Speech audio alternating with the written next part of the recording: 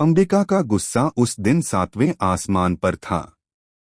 उसने पारो को पूरे जोर से धक्का देते हुए कहा, निकालो इस लड़की को इस घर से बाहर। न इसका यहाँ कोई हक है और न ही ये हमारे घर की बहू है। पारो के लिए यह बात किसी बिजली की तरह गिरने वाली थी। आंखों में आंसू लिए वह चुपचाप दरवाजे की ओर बढ़ी, लेकिन उसके दिल में एक कसक थी कि उसने किसी का क्या बिगाड़ा है। उसकी जिंदगी तो पहले से ही टूट चुकी थी और अब इस घर में भी उसे अपमान के अलावा कुछ नहीं मिल रहा था। लेकिन किस्मत के खेल भी अजीब होते हैं। उसी दिन जब पारो किचन की तरफ गई तो वहां फिर से अंबिका उसे देख लेती है। अंबिका का चेहरा गुस्से से लाल हो गया। ये लड़की यहाँ क्या कर रही है? मैंने तो साफ कहा था कि इसे इस घर से कोई लेना देना नहीं। यह न बहू है और न यहाँ रह सकती है। घर के बाकी सदस्य चुप थे। कोई भी अंबिका की बातों का विरोध करने की हिम्मत नहीं कर पा रहा था। लेकिन देव, जो पारो का पति होने के बावजूद उससे दूर दूर रह रहा था, इस बार खामोश नहीं रहा। देव धीरे से आगे बढ़ा और पारो के कंधे पर हाथ रखकर बोला, पारो, मैं जानता हूं तुम्हारे लिए यह सब कितना मुश्किल है, लेकिन यह रिश्ता सिर्फ तुम्हारा ही नहीं, मेरा भी है।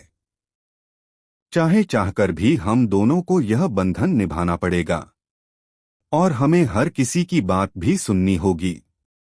पारो ने देव की ओर देखा। पहली बार उसे देव की आंखों में नफरत नहीं बल्कि एक हल्की सी हमदर्दी दिखी।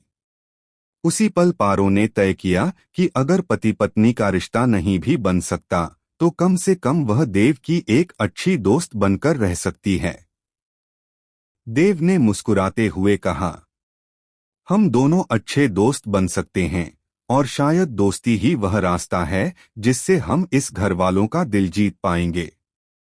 पारो ने भी सिर हिला दिया। लेकिन यह आसान नहीं था। उधर अंबिका का दिल किसी और ही चिंता में धड़क रहा था। असल में उसने नंदिनी और उसके पिताजी से वादा किया था कि देव की शादी नंदिनी से ही होगी। वही नंदिनी जिसके पिता ने इस रिश्ते के बदले बड़े बड़े व्यापारिक फायदे देने का आश्वासन दिया था। अब अंबिका के लिए सबसे बड़ी मुश्किल यह थी कि देव पहले से ही पारो का पति बन चुका था और अगर यह सच सामने आ गया तो नंदिनी और उसके पिताजी का विश्वास टूट जाएगा। अंबिका रात भर सो नहीं पाती। उसे बार बार यही डर सताता कि अगर कहीं नंदिनी को यह सच पता चल गया तो उसके पैर तले की जमीन खिसक जाएगी। लेकिन किस्मत को तो कुछ और ही मंजूर था। एक दिन अचानक नंदिनी बिना बताए देव के घर आ पहुंची। सभी लोग चौंक गए। अंबिका तो जैसे घबरा ही गई। उसने तुरंत माहौल संभालने की कोशिश की। अरे नंदिनी बेटा, तुमने बताया क्यों नहीं कि आ रही हो?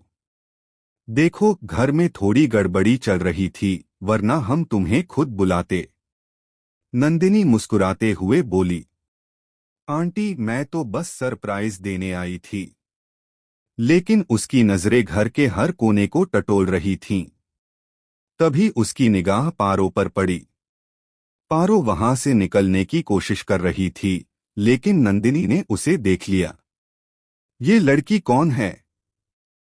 नंदिनी ने सीधा सवाल किया। अंबिका एक पल के लिए हकला गई, फिर झूठ बोलते हुए बोली, ओह, ये तो बस घर का कामकाज संभालने आई है। पारो चुपचाप खड़ी रही। उसके मन में हजारों बातें उमड़ रही थीं, लेकिन